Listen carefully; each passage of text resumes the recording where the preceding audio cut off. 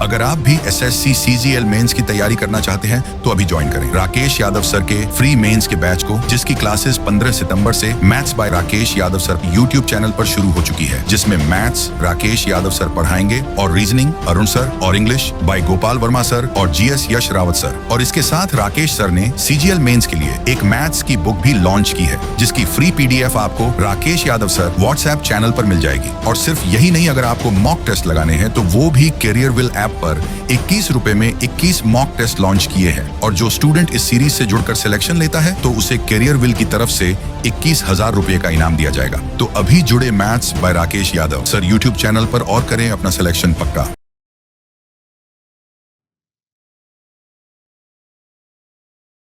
हाँ जी, जय हिंद, नमस्कार, गुड मॉर्निंग। क्या हालचाल आप सभी के, कैसे हैं आप सभी? आशा करता हूँ आप सभी स्वस्थ होंगे, मस्त होंगे और बेहतरीन तरीके से अपनी पढ़ाई कर रहे होंगे। चलिए इस मेंस की सीरीज को आगे बढ़ाते हैं और देखते हैं क्या कुछ बेहतरीन प्रश्न आज हम देखेंगे हिस्ट्री वाले सेक्शन में। जी हाँ, और हिस्ट्री में भी आज का जो टॉपिक है वो मैं आपको बताता हूँ, वो है दिल्ली सल्तनत। कौन सा है प्यारे बच्चों? आज का जो टॉपिक है वो है आपका दिल्ली सल्तनत। और दिल्ली सल्तनत के क्वेश्चंस को हम देखने वाले हैं, और मोस्ट इंपोर्टेंट क्वेश्चंस जो ऑलरेडी सीजीएल के या सीपीओ के एग्जाम में आए हैं या सीएचएसएल के एग्जाम में आए हैं, वही क्वेश्चंस उठाए। उनमें से भी जो इंपॉर्टेंट क्वेश्चंस हैं जो कि मेंस में आने की काबिलियत रखते हैं, या फिर उस टॉपिक से जो क्वेश्चंस हैं वो मेंस में आने की काबिलियत रखते हैं, उन टॉपिक से क्वेश्चंस को मैंने उठाया है। आई हम हमारा जो मकसद है वो एग्जैक्टली इस क्वेश्चन, ये वाला क्वेश्चन आएगा या एग्जैक्टली इस क्वेश्चन को रटना नहीं है। इस क्वेश्चन के माध्यम से उस टॉपिक को समझना जो मेंस में आगे चल करके हमारे क्वेश्चंस करवा सकता है, ये हमारा मकसद है। तो चलिए शुरू करते हैं। सबसे पहला क्वेश्चन आप सभी के सामने ये रहा। क्या है? बहुत ही प्यारा सा प्रश्न है। क्या पूछ रहा आपसे? द डेस was a territorial assignment given to the administrative officers and nobles in the lieu of the services they performed for the state during the Delhi सल्तनत। नहीं आई बात समझ में? एक बार हिंदी में पढ़ के देखते हैं। दिल्ली सल्तनत के दौरान राज्य के लिए की गई सेवाओं के बदले प्रशासनिक अधिकारियों और रईसों को दिया जाने वाला एक क्षेत्रीय कार्यभार था। ये भी नहीं आई बात समझ में। देखिए, पहले के समय क्या हुआ करता था? पहले के समय अगर मैं बात करूं दिल्ली सल्तनत की, मतलब दिल्ली सल्तनत की भी शुरुआत वाले टाइम पीरियड में बात कर रहा हूं मैं। अलाउद्दीन खिलजी से पहले की कहानी की बात कर रहा हूं मैं, ठीक है? अलाउद्दीन खिलजी से पहले की कहानी की बात करें तो दिल्ली सल्तनत में क्या होता था? एक तो स्टैंडिंग आर्मी नहीं होती थी, मतलब जिस समय युद्ध होता था उसी समय आर्मी को इकट्ठा किया जाता था। तो जो सेना होती थी वो स्टैंडिंग आर्मी नहीं हुआ करती थी। क्यों? क्योंकि सेना को नगद वेतन नहीं मिलता था। सेना को नगद वेतन नहीं मिलता था, और जब नगद वेतन नहीं, युद्ध में जो लूटा हुआ धन वगैरह होता था वो सेना में बांटा जाता था, जो एरिया था वो बांटा जाता था। उसी को इक्ता कहा जाता था। क्या कहा जाता था प्यारे साथियों? उसी को आपका इक्ता कहा जाता था। एकता। एकता क्या है? युद्ध में जीता हुआ क्षेत्र। एकता क्या हुआ करता था? युद्ध में जीता हुआ क्षेत्र। युद्ध में जीता हुआ जो क्षेत्र है वही आपका एकता हुआ करता था, जिस क्षेत्र को एडमिनिस्ट्रेटिव ऑफिसर्स को या नोबल्स को दे दिया जाता था। ये वो था, युद्ध में जीता हुआ वो क्षेत्र जो एडमिनिस्ट्रेटिव ऑफिसर्स को या नोबल्स को दे दिया जाता था, ताकि उसका एडमिनिस्ट्रेशन, मतलब उसका जो देख रेख है वही लोग कर सकें। अब इसका जो देख रेख होती थी उसको कहा जाता था इक्तेदारी। क्या कहा जाता था? इक्तेदारी।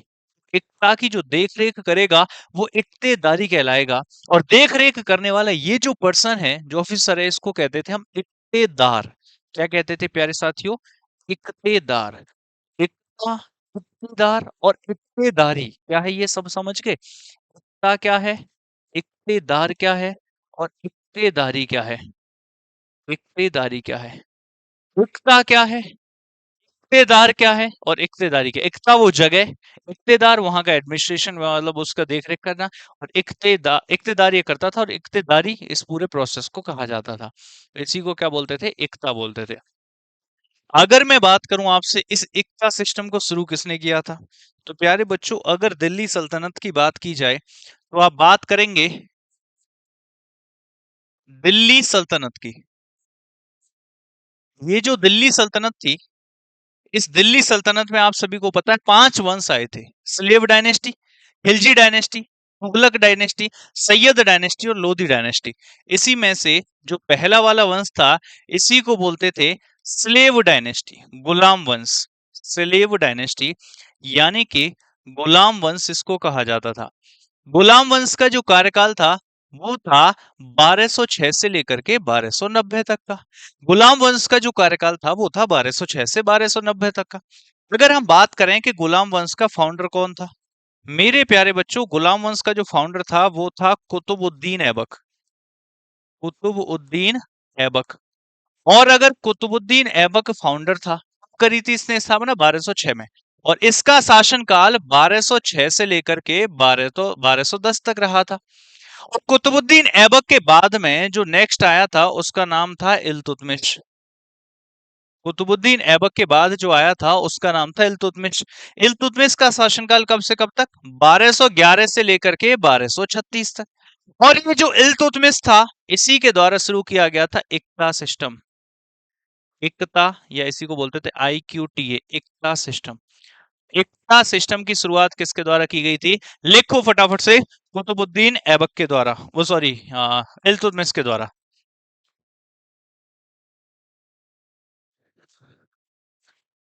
किसके द्वारा की गई थी इसकी शुरुआत? इल्तुतमिश के द्वारा। समझ गए? तो दिल्ली सल्तनत का जो यहाँ पर कुतुबुद्दीन ऐबक के बाद बनने वाला शासक था इल्तुतमिश, इसी के द्वारा इसकी शुरुआत की गई थी इक्ता सिस्टम की। अच्छा, यही इल्तुतमिश है, इसी को रियल फाउंडर ऑफ दिल्ली सल्तनत भी कहा जाता है। दिल्ली सल्तनत का वास्तविक संस्थापक, तो हम क्या लिखेंगे? Real founder of, real founder of Delhi सल्तनत, यानी कि दिल्ली सल्तनत का वास्तविक संस्थापक। संस्थापक कौन है? पहला वाला कुतुबुद्दीन ऐबक। लेकिन वास्तविक संस्थापक कौन है? वास्तविक संस्थापक इल्तुतमिश को ही बोला जाता है। एक्चुअली क्या हुआ था, मैं और बताता हूँ इसकी कहानी, अगर डिटेल में जानना चाहो तो। भारत में अगर मैं बात करूं दिल्ली सल्तनत की शुरुआत कैसे हुई, तो आप सभी को पता है यहां से अफगानिस्तान से भारत आया था। अफगानिस्तान से भारत आया था जिसका नाम था मोहम्मद गौरी।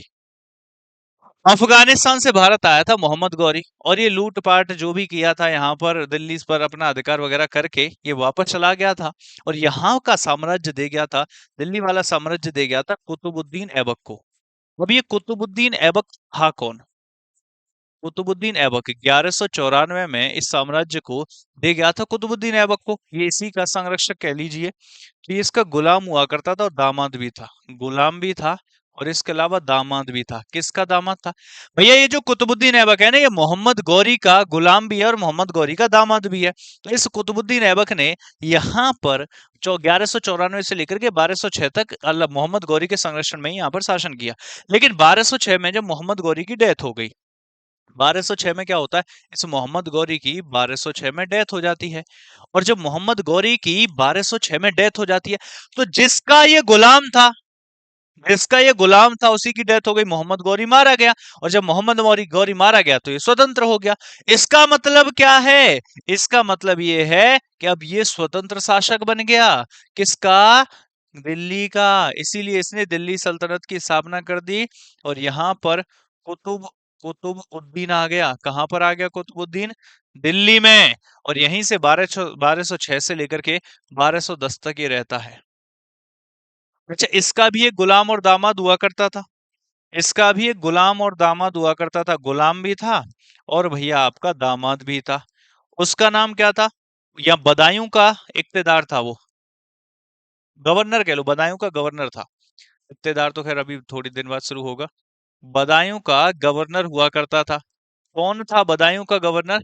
भैया कुतुबुद्दीन ऐबक का जो गुलाम और दामाद था वो बदायूं का गवर्नर था, जिसका नाम था इल्तुतमिश। क्या नाम था? इल्तुतमिश। समझो जरा, मोहम्मद गौरी का गुलाम दामाद कुतुबुद्दीन ऐबक, कुतुबुद्दीन ऐबक का गुलाम और दामाद बदायूं, और ये बदायूं का गवर्नर इल्तुतमिश। तो जिस समय पर मोहम्मद गौरी गया, कुतुबुद्दीन ऐबक को सिंहासन मिल गया। और जैसे ही कुतुबुद्दीन ऐबक मरा, ये बोला जैसे कुतुबुद्दीन ऐबक गुलाम दामाद था उसको सिंहासन मिला, वैसे ही उसका गुलाम और दामाद मैं हूं, सिंहासन मुझे मिलना चाहिए। और 1211 में जाकर के सिंहासन पर अपना अधिकार कर लिया। और 1211 से लेकर के 1236 तक इसने अपना शासन चलाया। इसी को रियल फाउंडर ऑफ दिल्ली सल्तनत, दिल्ली सल्तनत का वास्तविक संस्थापक कहा जाता है। इसी के द्वारा दो तीन चीजें की गई थी। इसने क्या क्या किया था? एक तो भैया इक्ता सिस्टम की शुरुआत करी थी, इक्ता प्रथा की शुरुआत करी थी। दूसरा भैया दल चालीसा या तुर्क चहलगानी, दल चालीसा इसको कहा जाता था, या फिर इसी को कहा जाता था तुर्क ए चहलगानी। तुर्क ए चहलगानी। अभी तुर्क ए चहलगानी क्या था? ये था भैया मुख्य 40 गुलाम। मुख्य 40 गुलाम। जो मुख्य 40 गुलाम थे उनका ग्रुप। मुख्य 40 गुलामों का जो ग्रुप था वही तुर्के चहलगानी था। मुख्य 40 गुलामों का जो ग्रुप था वही तुर्के चहलगानी हुआ करता था। और ये एकता सिस्टम हुआ करता था। इसके अलावा क्या था? इसके अलावा भैया इसने सिक्के चलाए थे। कौन कौन से सिक्के चलाए थे? आ जाओ जरा इधर देखो। इसके द्वारा इल्तुतमिश की बात कर रहा हूँ। इल्तुतमिश के द्वारा कॉइन्स चलाए गए थे, सिक्के चलाए गए थे। कौन कौन से? एक तो सिल्वर के सिक्के चलाए गए थे। क्या कहा? तो एक तो सिल्वर के सिक्के चलाए गए थे और एक भैया आपका कॉपर के सिक्के चलाए गए थे। जो सिल्वर के सिक्के चलाए गए थे उन्हें कहा जाता था टका। क्या कहा जाता था? टका या फिर टंका। टंका। और जो कॉपर के सिक्के होते थे उन्हें कहा जाता था जीतल। क्या कहा जाता था? जीतल। जो सिल्वर के सिक्के थे टका या टंका, और कॉपर के सिक्कों को जीतल कहा जाता था। लास्ट वाली जो क्लास थी हमने उसमें भी इसका डिस्कशन किया था, है ना?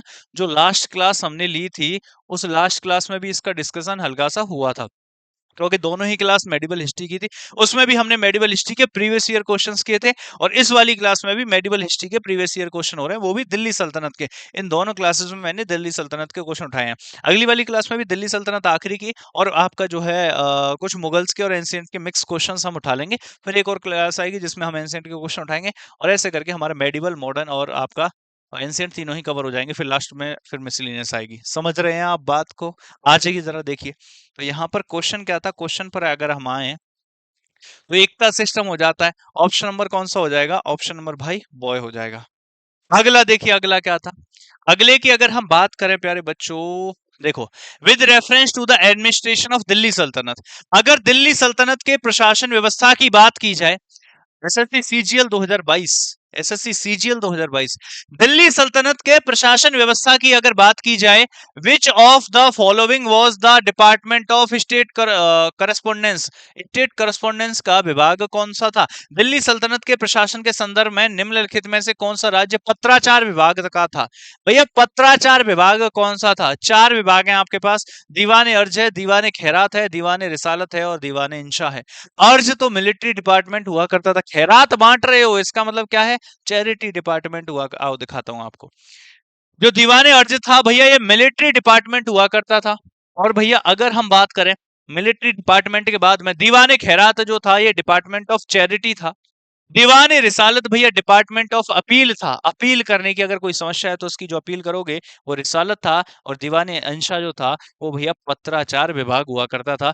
स्टेट करस्पोंडेंस हुआ करता था, ये पत्राचार विभाग हुआ करता था। तो क्या क्या देखा? मिलिट्री डिपार्टमेंट दीवाने अर्ज हो गया। खैरात कहते हैं ना, खैरात में बांट दे मतलब चैरिटी डिपार्टमेंट। इसके अलावा रिसालत की बात करें तो डिपार्टमेंट ऑफ अपील, अपील करने का जो विभाग था। और इसके अलावा पत्राचार विभाग था दीवाने इंशा। तो हमारा जो आंसर हो जाएगा वो भैया दीवाने इंशा हो जाएगा।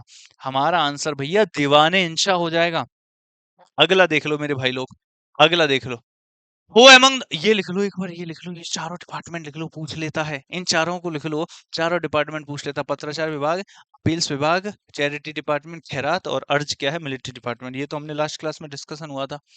अगर हम बात करें, who among the following sultans of Delhi सल्तनत appointed Ghiyasuddin Balban as his और her prime minister. Ghiyasuddin Balban को अपना प्राइम मिनिस्टर किसके द्वारा नियुक्त किया गया था?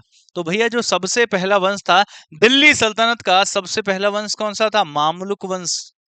सर अभी तो कौन सा बताया था आपने? अभी कोई और बता रहे थे। अरे भैया जो मामलुक डायनेस्टी है, जो मामलुक वंश है उसी को तो गुलाम वंश कहते हैं, स्लेव डायनेस्टी कहते हैं, या फिर इसी को इलबारी वंश भी कहते हैं। इलबारी तुर्क हुआ करता है ना। गुलाम वंश क्योंकि गुलामों गुलाम वंश क्योंकि कुतुबुद्दीन ऐबक ने शुरुआत करी थी, इसमें सारे के सारे गुलाम ही थे। दूसरी चीज इलबारी तुर्क हुआ करते थे इसीलिए इसको इलबारी वंश कहते हैं। मामलुक वंश क्यों कहते हैं? स्वतंत्र माता पिताओं से जन्मे हुए गुलामों को ही मामलुक कहा जाता है, तो यही मामलुक वंश भी कहलाया था। और इसी वंश का एक राजा हुआ करता था जिसका नाम था नसीरुद्दीन महमूद। क्या नाम था? नसीरुद्दीन महमूद। मेरे प्यारे बच्चों, जो ये नसीरुद्दीन महमूद था, जो ये नसीरुद्दीन महमूद था, इस नसीरुद्दीन महमूद ने अपना वजीर अपॉइंट किया था। वजीर यानी कि प्राइम मिनिस्टर, एक प्रकार से प्राइम मिनिस्टर मान लीजिए। तो इसने अपना जो वजीर अपॉइंट किया था, ये वजीर किसको अपॉइंट किया था? भैया बलबन को, ग्यासुद्दीन बलबन को। ग्यासुद्दीन बलबन को। तो जो गयासुद्दीन बलबन था ये किसका प्राइम मिनिस्टर था? ये भैया वजीर था नसरुद्दीन महमूद का। और इसके बाद क्या हुआ? गयासुद्दीन बलबन की बेटी से शादी कर ली थी नसरुद्दीन ने, और इसको टाइटल दे दिया था उलूग खां। तो जो गयासुद्दीन बलबन है इसको और किस नाम से जानते हैं? उलूग खां, उलूग खां। इसके पास कौन सा टाइटल था? भैया इसके पास टाइटल था उलूग खां का। तो इसको उलूग खां की टाइटल दे दिया। इसकी बेटी से शादी कर ली थी नसरुद्दीन महमूद ने। तो नाम के लिए राजा कौन था? नसरुद्दीन महमूद। लेकिन एक्चुअल पावर किसके पास थी? गयासुद्दीन बलबन के पास। और 1266 में तो वो सारी की सारी पावर ही ले ली इससे, है। 40 से 66 तक ये रहा। 1266 में तो सारी पावर ले ली इससे, बोला तू रहने दे मैं बन जाता हूँ। और अपने बुढ़ापे में जाकर के आपका गयासुद्दीन बलबन भारत में दिल्ली सल्तनत का शासक बन गया। और 1266 से लेकर के 1287 तक ये दिल्ली सल्तनत पर शासन किया। इसके बाद 1287 में जो मंगोलॉयड अटैक हुआ उसमें इसका बेटा शहजादा मोहम्मद मारा गया, और उसी के पुत्र वियोग में इसकी डेथ हो जाती है, अपने बेटे के वियोग में, है ना। तो इसकी डेथ हो जाती है गयासुद्दीन बलबन। इसके द्वारा भी कई सारे काम किए गए थे, जैसे सिजदा एंड पाइबोस हो गया, जैसे policy of iron and blood हो गया, नवरोज फेस्टिवल हो गया, जिले लाई और नियाबत खुदाई ये खुद को कहलवाता था। इसके अलावा और भी टाइटल थे इसके पास में। वो टाइटल कौन कौन से थे लिखना जरा। इसके पास दो फेमस टाइटल थे। वो कौन से थे? नियाबत खुदाई। कौन सा था? नियाबत खुदाई, अल्लाह का प्रतीक। नियाबत ए खुदाई, ये खुद को कहता था नियाबत खुदाई, अल्लाह का प्रतीक। एंड जिल्ले लाही, जिल्ले, जिले, जिल्ले लाही, इसका मतलब है अल्लाह का प्रतीक। अल्लाह का प्रतीक खुद को कहता था, और इसका मतलब है अल्लाह की परछाई। अल्लाह की परछाई। तो अल्लाह का प्रतीक और अल्लाह की परछाई ये खुद को कहता था, और अल्लाह का प्रतीक और अल्लाह की परछाई ये खुद को कहता था, इसीलिए इसने कौन सा सिस्टम शुरू किया था? सिजदा एंड पाइबोस सिस्टम। इसीलिए, क्योंकि अल्लाह का प्रतीक और अल्लाह की परछाई कहता था खुद को, इसीलिए इसने आपका यहाँ पर सिजदा एंड पाइबोस सिस्टम शुरू किया था। सिजदा एंड पाइबोस, सिजदा का मतलब मैंने बताया था लास्ट क्लास में आपको क्या होता है। सिजदा का मतलब होता है कि जो भी इसके दरबार में आएगा घुटनों के बल बैठ करके सर झुका करके इसको प्रणाम करेगा। और पाइबोस का मतलब क्या है? पाइबोस का मतलब है फिर लेट करके इसके पैर पैर चूमेगा, क्योंकि अल्लाह का प्रतीक है, ये अल्लाह की परछाई है, और जो अल्लाह की परछाई है तो लेट करके इसके पैर चूमना पड़ेगा, यही पाइबोस कहलाएगा। और घुटनों के बल बैठ के सर झुका के प्रणाम किया जाएगा इसको। तो ये सिजदा एंड पाइबोस इसके द्वारा शुरू किया गया था। तो क्या क्या समझे? नसरुद्दीन महमूद ने अपना वजीर अपॉइंट किया गयासुद्दीन बलबन को, जिसने खुद को अच्छा इसको टाइटल दिया उलूग खां का, और जिसने खुद को कहता था नियाबत खुदाई और जिल्ले लाही, अल्लाह का प्रतीक और अल्लाह की परछाई। इसीलिए इसने खुद के लिए एक सिस्टम भी शुरू किया था, सिजदा एंड पाइबोस। तो आपसे तो ये पूछा गया था कि किसने बनाया था इसे अपना प्राइम मिनिस्टर, तो ये बनाया था नसरुद्दीन महमूद ने। किसने बनाया था मेरे भाई? ये बनाया था आपका नसरुद्दीन महमूद ने, जो जिसका जिसका फादर इन लॉ था ये। और गयासुद्दीन बलबन का ये सन इन लॉ था, दामाद हुआ करता था। ठीक है ना। और इल्तुतमिश तो मैंने बता दिया आपको, रजिया का पापा हुआ करता था। ये जो रजिया है एकमात्र महिला शासक, दिल्ली सल्तनत की एकमात्र महिला शासक है। दिल्ली सल्तनत की, सल्तनत की पहली एवं एकमात्र महिला शासक, एकमात्र महिला शासक। और अपनी बोल्डनेस के लिए ये रजिया सुल्तान, रजिया बेगम नहीं, रजिया सुल्तान कहलाई। और रजिया का ही जो पापा है वो कौन है? रजिया का पापा कौन है? इल्तुतमिश। इल्तुतमिश की बेटी हुआ करती थी ना रजिया, जिस समय इल्तुतमिश बदायूं में था। तो इल्तुतमिश की बेटी हुआ करती थी रजिया। तो ये रजिया का पापा है इल्तुतमिश। समझ गए बात को? जिसने पूरा कराया कंस्ट्रक्शन ऑफ कुतुब मीनार। तो कुतुब मीनार का काम पूरा कराने वाला, देखिए कुतुब मीनार की नींव किसने रखी थी? कुतुबुद्दीन ऐबक ने। लेकिन कुतुब मीनार का काम पूरा किसने कराया था? वो कराया था इल्तुतमिश ने 1229 में। जो 73 मीटर की कुतुब मीनार है, कुतुब मीनार की लेंथ कितनी है? 73 मीटर। उसका काम कंस्ट्रक्शन किसने पूरा कराया था? शमसैमुद्दीन इल्तुतमिश ने, जो कि गुलाम एंड दामाद हुआ करता था कुतुबुद्दीन ऐबक का। चलिए भैया आगे चलते हैं। Who was the ruler of Delhi सुल्तनत when Ibn Battuta came to India? जिस समय पर इब्न बतूता भारत आया उस समय पर भारत में रूलर कौन था? मेरे प्यारे बाल को सुनना जरा। अगर मैं बड़ी सी कहानी बनाऊं, दुनिया बनाऊं, ज्यादा बड़ी नहीं बनाते, बस बता देते हैं कहाँ से आया था इब्न बतूता। देखो, अगर हम यहाँ पर बात करें तो यहाँ पर एक देश पड़ता है, टू टू टू टू टू टू टू टू टू टू टू टू टू टू टू। ये वाला जो देश है, क्या बोलते हैं इसको? मोरक्को। क्या बोलते हैं? मोरक्को। और मोरक्को का रहने वाला कौन था? Ibn Battuta. कौन था? इब्न बतूता पहन के जूता। तो ये जो इब्न बतूता, ये कहाँ का रहने वाला था? ये मोरक्को का रहने वाला था। और ये आ गया भाई भारत। और ये भारत कब आया? को जिस समय पर दिल्ली सल्तनत में शासन चल रहा था जौना खान का। किसका शासन चल रहा था? जौना खान का। भैया दिल्ली सल्तनत का शासक कौन था? जौना खान। तो जौना खान के टाइम पीरियड पर ही, प्यारे बच्चों, जौना खान के टाइम पीरियड पर ही ये इब्न बतूता भारत आया था। जौना खान जो दिल्ली सल्तनत का सबसे पढ़ा लिखा पागल सुल्तान था। जौना खान इतिहास में किस लिए फेमस है? पागल सुल्तान के नाम से। जौना खान इतिहास में किस नाम से फेमस है? मेरे प्यारे, ये क्या हो गया? जौना खान इतिहास में फेमस है पागल सुल्तान के नाम से। जौना खान इतिहास में फेमस है पागल सुल्तान के नाम से। दिल्ली सल्तनत का सबसे पढ़ा लिखा पागल सुल्तान। इसी के समय पर मेरे प्यारे बच्चों इब्न बतूता आया था। ये भी पढ़ा लिखा था, तो इसे लगा कि ये ठीक है, और इसने इब्न बतूता को काजी बना के रखा। इब्न बतूता को 8 साल तक अपने दरबार में, 8 साल तक काजी की पोस्ट पर रखा, काजी। और वहीं पर इब्न बतूता के द्वारा एक पुस्तक भी लिखी गई। और इब्न बतूता की जो पुस्तक है, उस पुस्तक का नाम है रहला।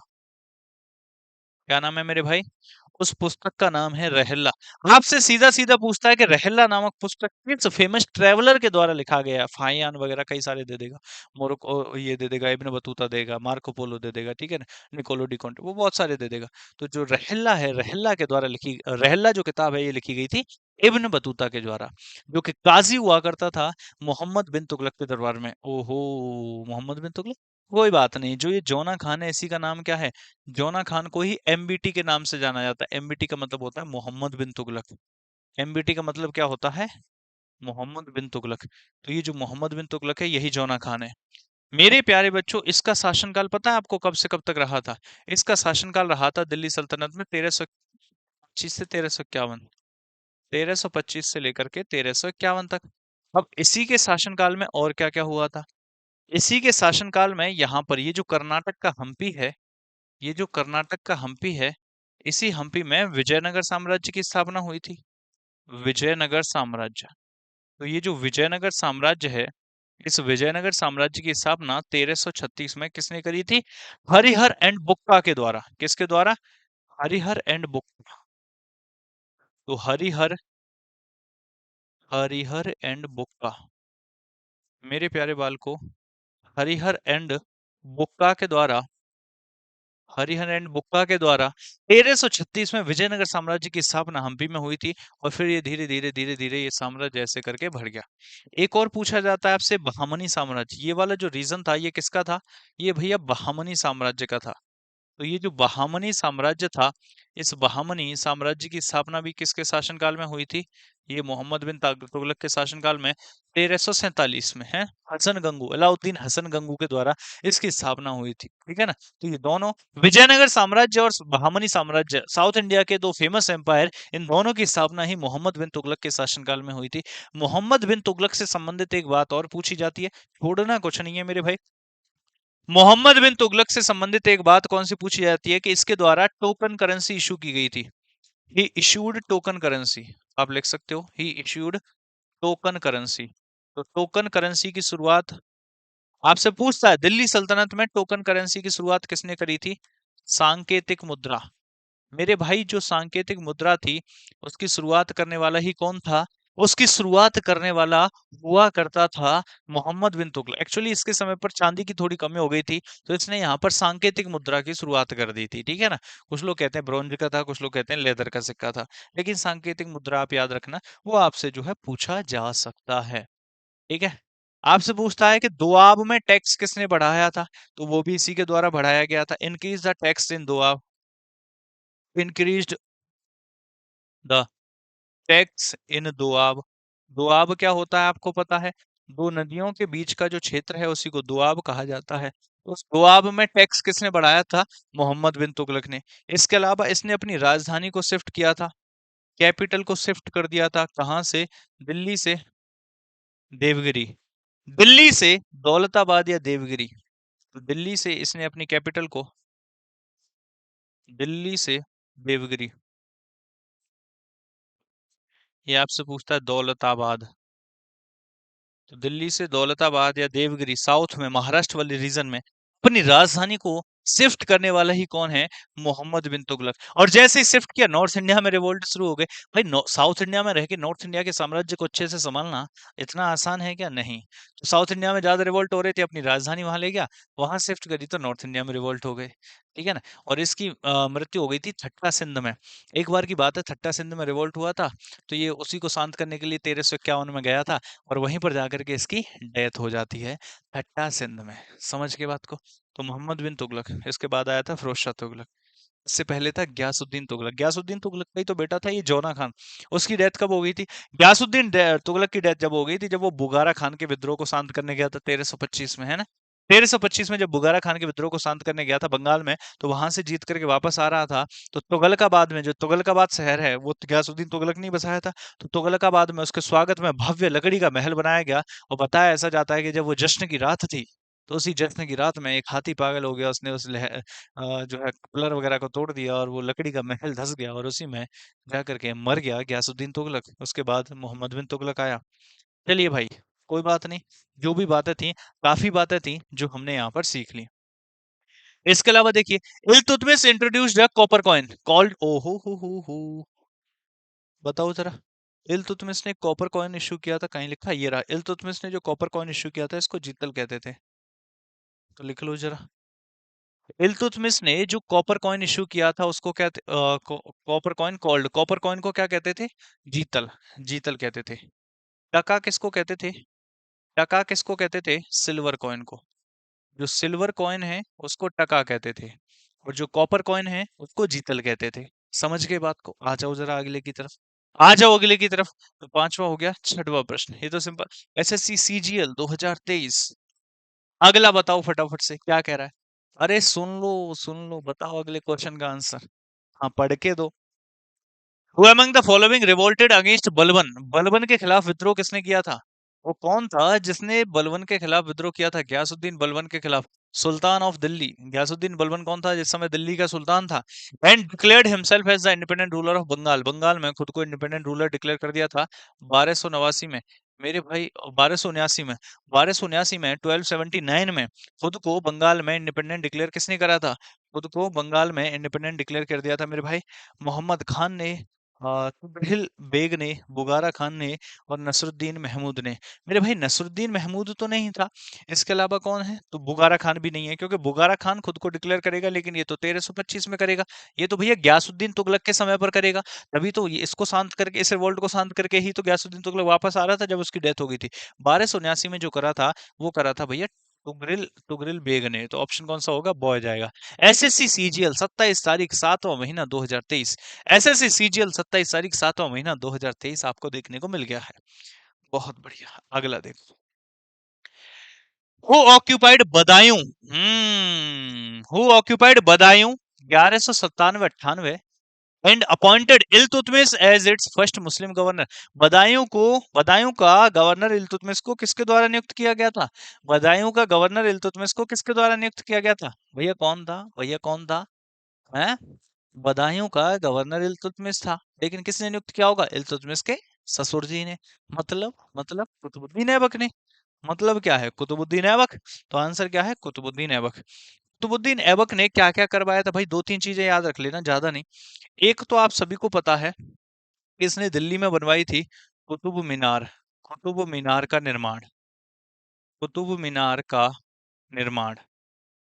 अगर आपसे इसकी लेंथ पूछे कितनी ऊंची है, तो भैया 73 मीटर ऊंची है। 73 मीटर ऊंची जो कुतुब मीनार है, इसका निर्माण इसी ने करवाया था। इसको कंप्लीट करवाया, कंप्लीट किसने करवाया? भाई इसको जो कंप्लीट करवाया वो इल्तुतमिश ने करवाया।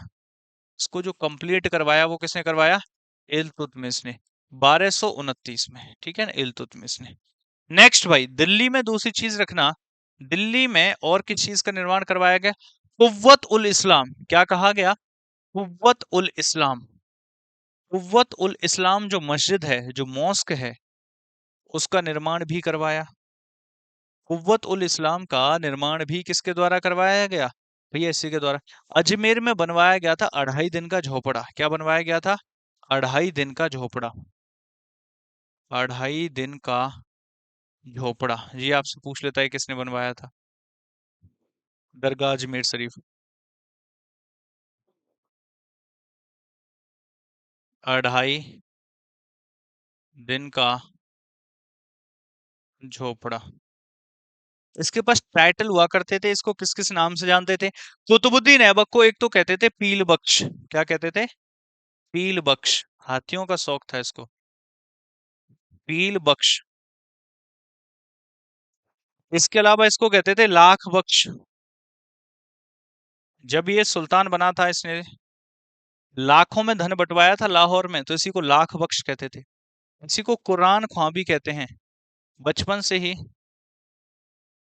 कुरान पढ़ने का शौक था, तो कुरान ख्वां के नाम से भी। कुरान ख्वां। कुरान ख्वां, लाख बख्श और पील बख्श, ये इसी के नाम है। तो ये जो कुतुबुद्दीन ऐबक है, जो दिल्ली सल्तनत का संस्थापक है, तो इसी को लाख बख्श, पील बख्श और कुरान ख्वां के नाम से जानते हैं। समझ गए बात को? पृथ्वीराज चौहान, आप सभी को पता है पृथ्वीराज चौहान के और मोहम्मद गौरी के बीच में होने वाले युद्धों को ही हम बैटल ऑफ तराइन कहते हैं, तराइन का युद्ध। तो बैटल ऑफ तराइन किसे कहा जाता है? पृथ्वीराज चौहान और मोहम्मद गौरी के बीच जो युद्ध हुए थे, उन्हीं को बैटल ऑफ तराइन, तराइन के युद्ध के नाम से जाना जाता है। 1191 और 1192 में जो हुए थे, फर्स्ट बैटल ऑफ तराइन और सेकंड बैटल ऑफ तराइन। ठीक है ना? चलिए भाई आगे बढ़ते हैं, अगला प्रश्न देखिए। अगले प्रश्न की अगर हम बात करें, नेक्स्ट वाला क्या कह रहा है, सुनिएगा ध्यान से। Qutub Minar is an example of. Qutub Minar किसने बनवाई भाई? कुतुबुद्दीन ऐबक ने। इसका मतलब मुस्लिम आर्किटेक्चर होगा, और इंडियन तो होगा, तो इंडो मुस्लिम, इंडो मुस्लिम आर्किटेक्चर होगा, है कहीं? इंडो इस्लामिक, हाँ वही तो हो गया, इंडो इस्लामिक आर्किटेक्चर। तो ये कुतुब मीनार में कौन सा आर्किटेक्चर देखने को मिलेगा? Indo Islamic. कुतुब मीनार में कौन सा आर्किटेक्चर देखने को मिलेगा मेरे प्यारे बच्चों? इंडो इस्लामिक आर्किटेक्चर इसमें देखने को मिल जाएगा। चलिए बहुत बढ़िया है।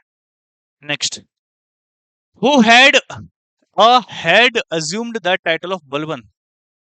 बलबन की उपाधि किसने धारण करी थी? अच्छा, बलबन के पास कौन सा टाइटल था, या ऐसे कह लो, ये बलबन की उपाधि किसने धारण की थी, ऐसे कह लो। तो जो ग्यासुद्दीन बलबन था, अभी अभी मैंने करवाया था, बस थोड़ी सी ही देर पहले, ज्यादा देर पे नहीं हुई, ये रहा। नसरुद्दीन महमूद ने अपना वजीर अपॉइंट किया था बलबन को, और बलबन को ही कौन सा टाइटल है? उलूग खां। राइट आंसर क्या जाएगा? उलूग खां जाएगा। देखना ऑप्शन में है क्या, कौन सा क्वेश्चन है? ये बलबन। तो इसका राइट आंसर उलूग खां है कहीं? ये रहा, उलूग खां। तो जो बलबन था वही उलूग खां था, जो गयासुद्दीन बलबन था वही क्या था? उलूग खां हुआ करता था। नेक्स्ट देखेंगे मेरे भाई, अगला देखो। मिनहाज, ए सिराज, मिनहाज ए सिराज, ये was a chronicle during the rule of, Minhaj e Siraj के शासनकाल के दौरान एक इतिहासकार था। भैया ये जो इतिहासकार था ना, ये किसके शासनकाल के दौरान था, हम बताते हैं आपको। एक्चुअली ये जो गुलाम वंश है ना, उसी के दौरान था। एक्चुअली ये जो गुलाम वंश है ना, गुलाम वंश, ये गुलाम वंश के शासन के समय पर ही था।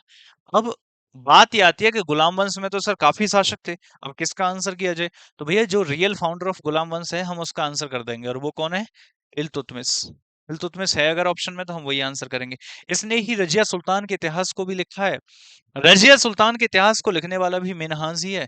तो कहीं है सुल्तान, ये रहा सुल्तान इल्तुतमिश, तो हमने इसी का आंसर कर देंगे।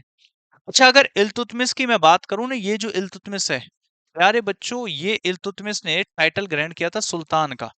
इसने कौन सा टाइटल ग्रहण किया था? इसने टाइटल ग्रहण किया था, इसने उपाधि ग्रहण करी थी। किसकी उपाधि ग्रहण करी थी?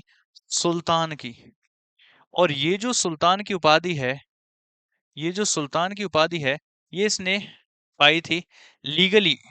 इसने लीगली पाई थी, किससे? Legally from the Khalifa of Baghdad. Khalifa of Baghdad, Baghdad के खलीफाओं से। इसने सुल्तान की उपाधि पाई थी बगदाद के खलीफाओं से, ठीक है ना। तो ये जो है ना सुल्तान इल्तुतमिश, इल्तुतमिश ने सुल्तान की उपाधि धारण करी थी। और ये जो सुल्तान की उपाधि है इसको, ये लीगली ऐसा नहीं है कि खुद ही धारण कर ली है, इससे पहले भी धारण कर रहे थे जो है ये ऐबक वैबक। लेकिन इसने ये जो सुल्तान की उपाधि है ये डायरेक्टली खलीफा के बगदाद से पाई थी। और इसने ये घोषणा की थी, इसने ये डिक्लेयर किया था कि आज के बाद दिल्ली सल्तनत में जितने भी शासक होंगे वो सारे के सारे सुल्तान होंगे। तो आपसे पूछता है कि सुल्तान की उपाधि लीगली पाने वाला, वैधानिक तो रूप से पाने वाला सुल्तान खलीफाओं से, वो कौन सा था? वो इल्तुतमिश था। नेक्स्ट, अलाउद्दीन खिलजी की बात करें तो भैया स्टैंडिंग आर्मी रखने वाला पहला सुल्तान। क्या कहा? अलाउद्दीन खिलजी की अगर बात की जाए, अलाउद्दीन खिलजी कौन था? एक तो ये अपनी मार्केट व्यवस्था के लिए बहुत ज्यादा फेमस था। मार्केट व्यवस्था के लिए बहुत ज्यादा व्यवस्था मार्केट व्यवस्था के लिए बहुत ज्यादा फेमस था। इसने ये कह दिया था कि अगर किसी ने भी सामान कम दिया, जैसे मान लीजिए 1 किलो चीनी लेने गए, 100 ग्राम कम थी, तो इसने कहा था जब मुझे पता चला तो मैं उसी के शरीर में से 100 ग्राम मांस काट करके चीनी का वजन पूरा कर दूंगा। मतलब अगर कोई सामान कम रह गया ना, तो उस इंसान के शरीर में से उतना मांस काट लिया जाएगा। ये अलाउद्दीन खिलजी था। दूसरी चीज, अलाउद्दीन खिलजी ने 4 प्रकार के मार्केट बसाए थे। दूसरी चीज, अलाउद्दीन खिलजी वो सुल्तान है जिसने स्टैंडिंग आर्मी रखी थी। जिसने क्या किया था? Permanent army. और जो परमानेंट आर्मी है उसी को हम क्या कहते हैं? स्टैंडिंग आर्मी रखी थी।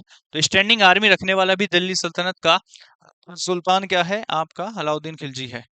इसने आर्मी को सैलरी देना शुरू किया था। इसने आर्मी को सैलरी देना शुरू किया था।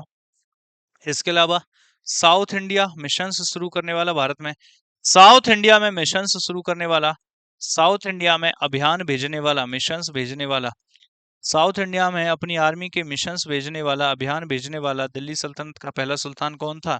अलाउद्दीन खिलजी था। साउथ इंडिया मिशंस का इसका सेनापति कौन था? साउथ इंडिया में इसका जो सेनापति था, सेनापति का नाम पूछ लेता है आपसे, मलिक कफूर। क्या पूछता है? मलिक कफूर। ये जितनी भी बातें बता रहा हूं ना, ये ऑलरेडी सब प्रीवियस ईयर में आई हैं या रिसेंटली जो एग्जाम हो रहे हैं उनमें पूछी जा रही हैं। तो मैं ऐसा मान करके चल रहा हूं कि आप सिर्फ क्वेश्चन को नहीं, एग्जैक्टली सेम क्वेश्चन आएगा इस बात की कोई गारंटी, कोई श्योरिटी नहीं है, लेकिन बाकी सारी चीजें हम देख रहे हैं। भाई दिल्ली सल्तनत से क्वेश्चन देगा तो पहले जो दे रखा है इसी को घुमा फिरा करके उसके आसपास से क्वेश्चन देता है। इसीलिए हम क्या करते हैं? प्रीवियस ईयर का एनालिसिस करते हैं। तो ये ऐसे होता है एनालिसिस। एनालिसिस का मतलब ये नहीं होता है कि आप जो है उसका आंसर लगाओ, सही हो गया तो ठीक है, गलत हो गया तो बस उसका आंसर याद कर लिया, नहीं। एनालिसिस का मतलब होता है हर एक ऑप्शन को खोलते जा रहे हो, समझते जा रहे हो, खोलते जा रहे हो, समझते जा रहे हो। मेरे भाई हो सकता है कि अगर हम ढंग से और ज्यादा मतलब हर एक ऑप्शन को ही खोलने लग गए तो फिर 5 ही क्वेश्चन हो पाएंगे एक क्लास में, उससे ज्यादा नहीं हो पाएंगे। लेकिन मेरा टारगेट है कि हम लगभग लगभग 25 क्वेश्चंस करें। तो उसी वजह से एक डिसेंट लेवल पर मैं सारे ऑप्शंस को खोल करके आपको बता रहा हूँ, ताकि चीजें भी क्लियर हो जाएं और हमारे नंबर ऑफ क्वेश्चंस भी हो जाएं।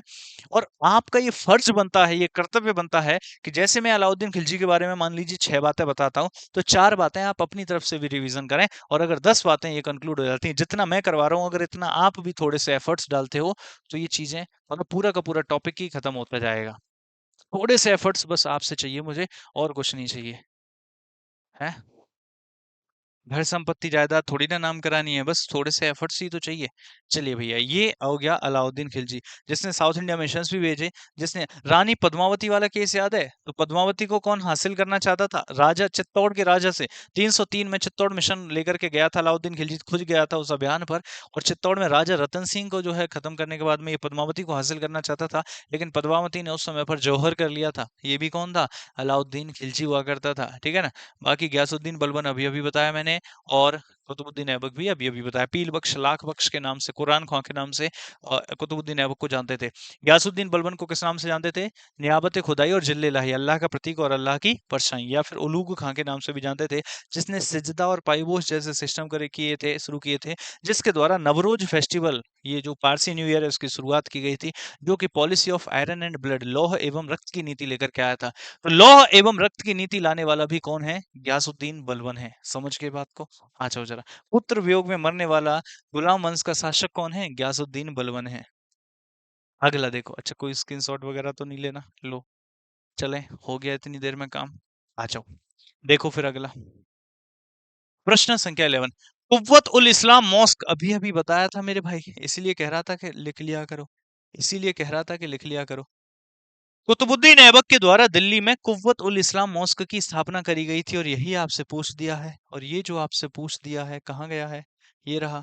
एसएससी सीजीएल 2022 में ये पूछा गया प्रश्न है। कुव्वत उल इस्लाम जो मॉस्क है या मिनारत है, built during last decade of the कौन सी सेंचुरी थी भैया, ये थी, आप बता दो जरा। 12th सेंचुरी खत्म हो रही थी, तो आंसर क्या हो जाएगा, 12th सेंचुरी थी। 12th कहाँ गई, ये रही। और जो ये 12th सेंचुरी थी, ये बनवाया किसने था मेरे भाई, ये बनवाया था कुतुबुद्दीन ऐबक ने।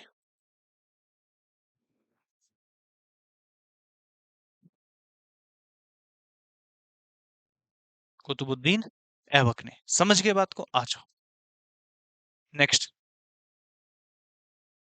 Who among the following ruled in India between 1266 से 1287? भाई 1266 से 1287 तक कौन था, तो भाई 1266 से 1287 तक था गयासुद्दीन तुगलक। गयासुद्दीन तुगलक। कब से कब तक था, 1266 से लेकर के 1287 तक। 1266 से लेकर के 1287 तक था गयासुद्दीन तुगलक। और इसके बारे में लिख लो, इसने नवरोज फेस्टिवल की शुरुआत करी थी।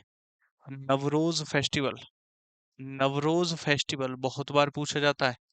और दो चीज बाकी तो लिखवा दिया मैंने। और दूसरा लिख लो, policy of iron and blood, लौह एवं रक्त की नीति। सिजापाई तो पहले ही लिखवा दिया, इसके टाइटल भी लिखवा दिया। तो policy of iron and blood, iron and blood, policy of iron and blood का मतलब है लौह एवं रक्त की नीति। तो नवरोज फेस्टिवल की शुरुआत की गई थी, और लौह एवं रक्त की जो नीति है उसकी शुरुआत भी गयासुद्दीन तुगलक ने की थी। ये पुत्र वियोग में मारा गया था, इसका बेटा शहजादा मोहम्मद मारा गया था मंगोलॉयड अटैक में उस समय पर। तो आंसर क्या लिखेंगे, आंसर लिखेंगे गयासुद्दीन बलबन। आराम शाह तो 1210 में था, ये 1206 से लेकर के 1210 तक था। शमसैमुद्दीन इल्तुतमिश ये 1211 से लेकर के 1236 तक था, 1236 में रजिया आ गई थी, है ना। चलिए भाई 12वां प्रश्न हो गया। 13वां, who among the following was the commander of Mohammad Ghori? Mohammad Ghori का कमांडर कौन था? Also founded the slave dynasty.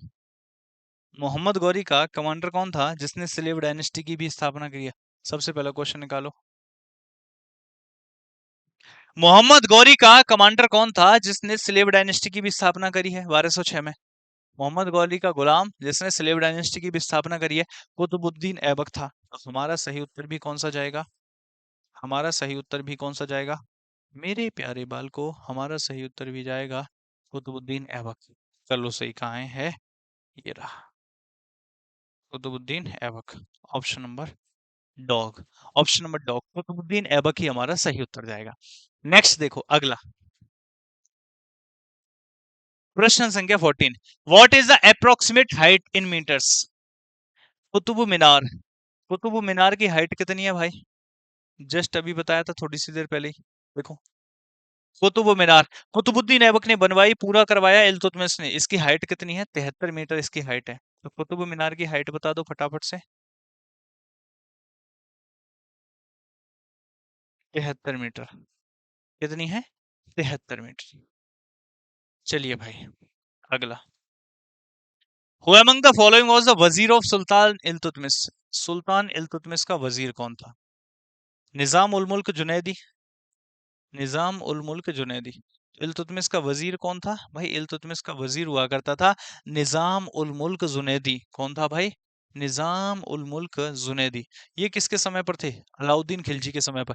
ये जो नुसरत खान था जैसे, तो ये सब तो वो थे ना खंबात बंदरगाह से जो मलिक कफूर को 1000 दिनार में खरीद के लाए थे, इसीलिए वो जो है 1000 दिनारी कहलाया था। और वो ला करके अलाउद्दीन खिलजी को गिफ्ट कर दिया था। और अलाउद्दीन खिलजी ने आगे चल के उसी को अपना सेनापति बनाया और साउथ इंडिया मिशंस का हेड बनाया। इसको मलिक कफूर को, जो कि एक किन्नर था। ठीक है, आ जाओ अगला प्रश्न देखो। Ghiyasuddin Balban the ruler of slave dynasty took up the title of.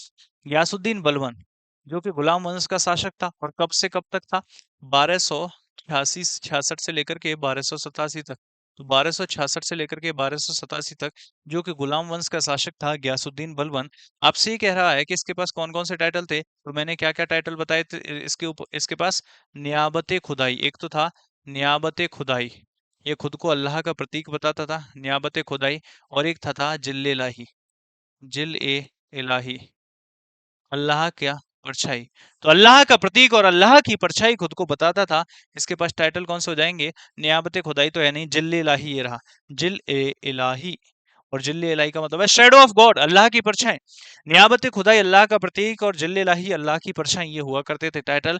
Option number भैया सी हो गया, ठीक है ना, ऑप्शन नंबर सी। और ये सारे प्रीवियस ईयर क्वेश्चंस हैं, ये सारे के सारे क्या हैं? पीवाई क्यूज हैं, डिफरेंट एग्जाम्स के पीवाई क्यूज हैं। ऐसे ही क्वेश्चंस बनते हैं आपसे। अगले देखिए, which of the following is the correct chronological order of early Turkish rulers who ruled the Delhi from the year 1206 से 90 तक? 1206 से 90 तक भैया सबसे पहले देख लेते हैं कौन कौन से। कुतुबुद्दीन ऐबक है, तो भैया इसी ने शुरुआत करी थी 1206 में। 1206 में इसी के द्वारा शुरुआत करी गई थी, तो यही कर लेंगे। 1206 से मैं सबके टाइम पीरियड लिख देता हूँ। 1206 से लेकर के 1210 तक इसका टाइम था। शमसैमुद्दीन इल्तुतमिश 1211 से लेकर के 1236 तक इसका टाइम पीरियड था। रजिया सुल्तान 1236 से लेकर के 1240 तक इसका टाइम पीरियड था। फिर तो बस यही वाला सही हो गया, फिर तो बस यही वाला सही हो गया, पहला वाला ही देखना यार। 1210, 1136 और बस बस बस सिंपल है, यही वाला सही हो गया। सही उत्तर टिक कर दो, यही है। सही उत्तर टिक कर दो, यही है।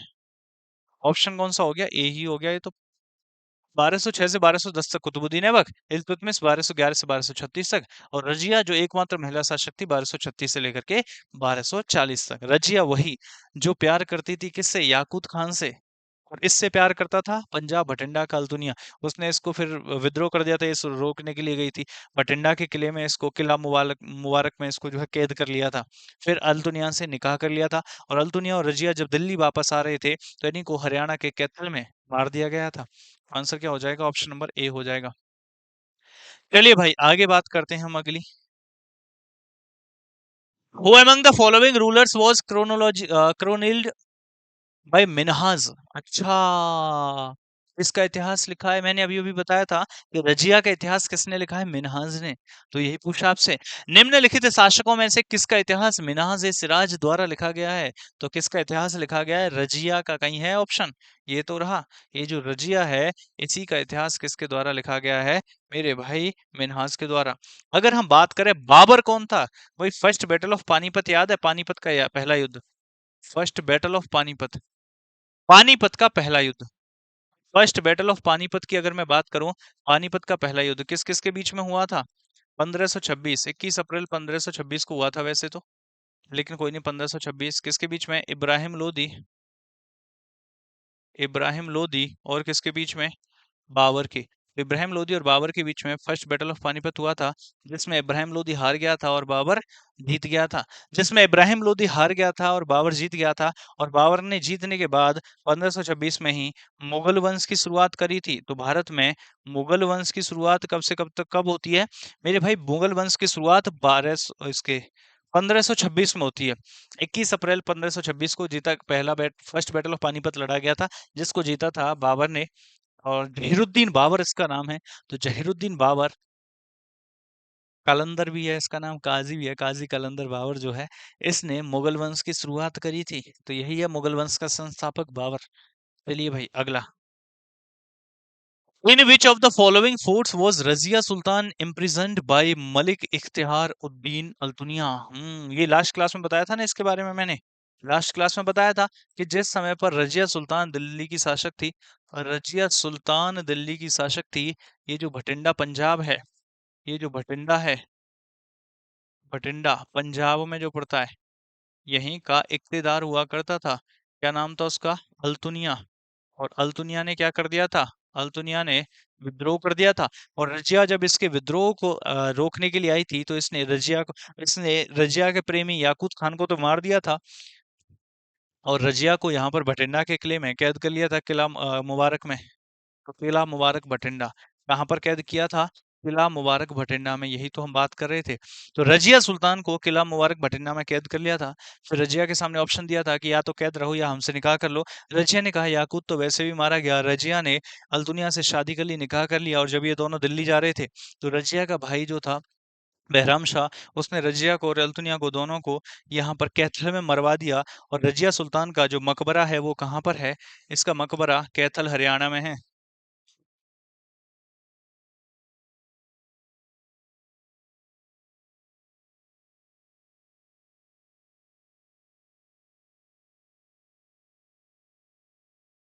कैपिटल हरियाणा में, देखो भाई।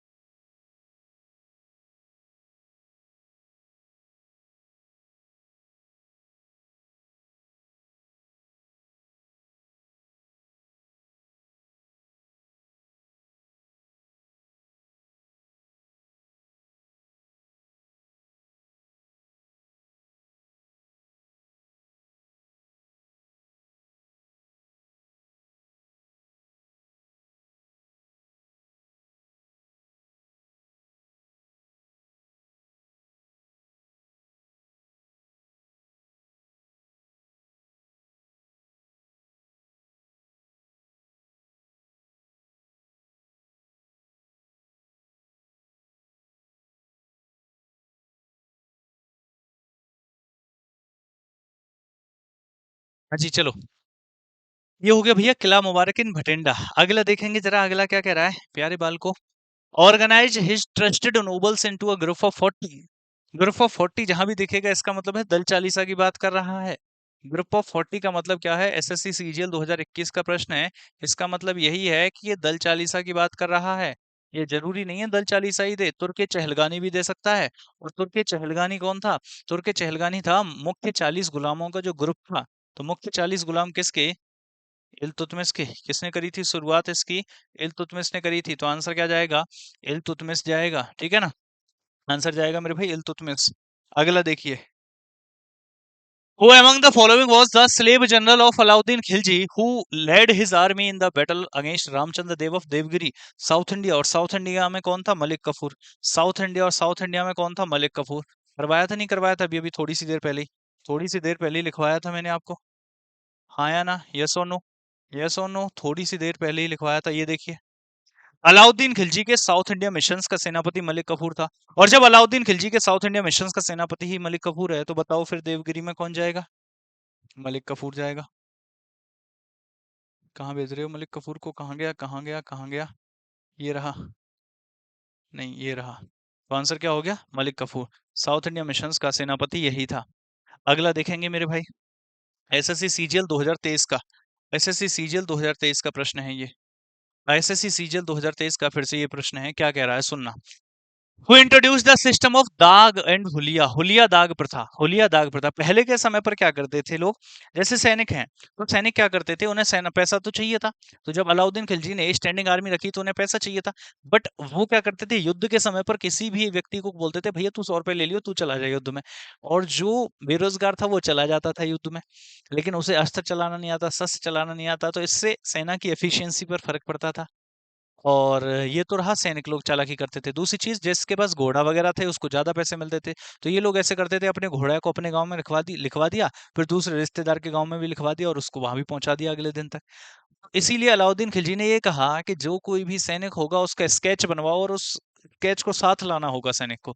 दूसरी चीज, जितने भी घोड़े थे उनको उस एरिया के हिसाब से एक दाग बना दिया जाएगा, एक सिंबल बना दिया जाएगा कि ये इस गांव का है, तो उससे पहचान हो सकेगी। जब सैलरी बांटी जाएगी तो दो दो चार चार जगह आप घोड़े नहीं गिनवा पाओगे, और स्केच होगा तो सेना में आपको खुद ही आना पड़ेगा, आप किसी अनकर को नहीं भेज सकते थे। तो इसीलिए हुलिया दाग सिस्टम की शुरुआत करने वाला ही कौन था?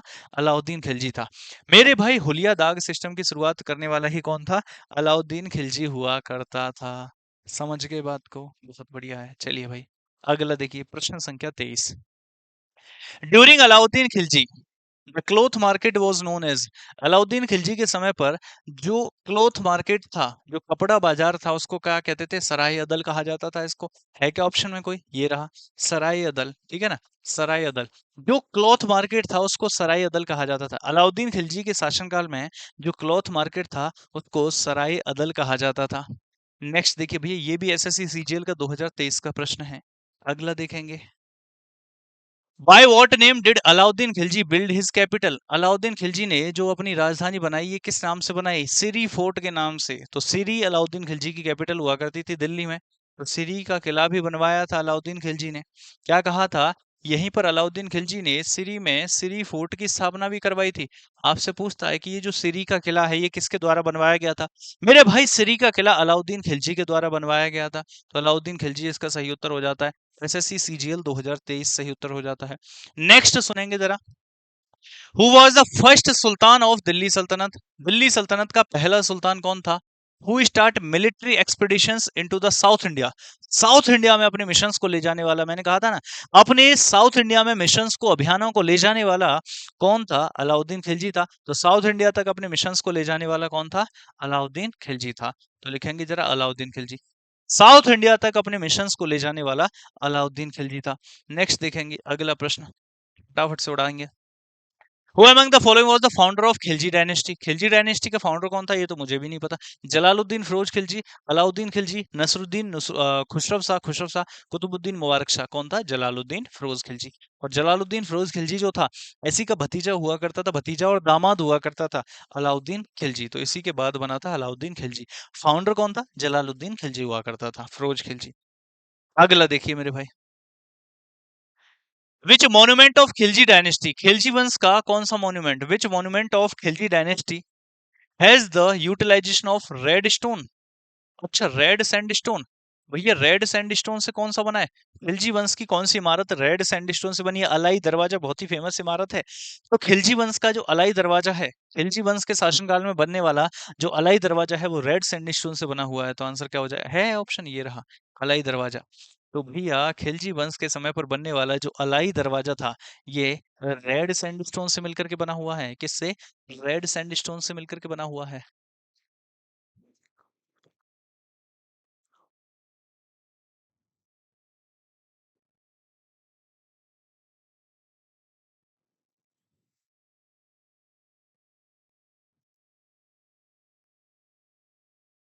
चलिए भैया, आगे चलिए।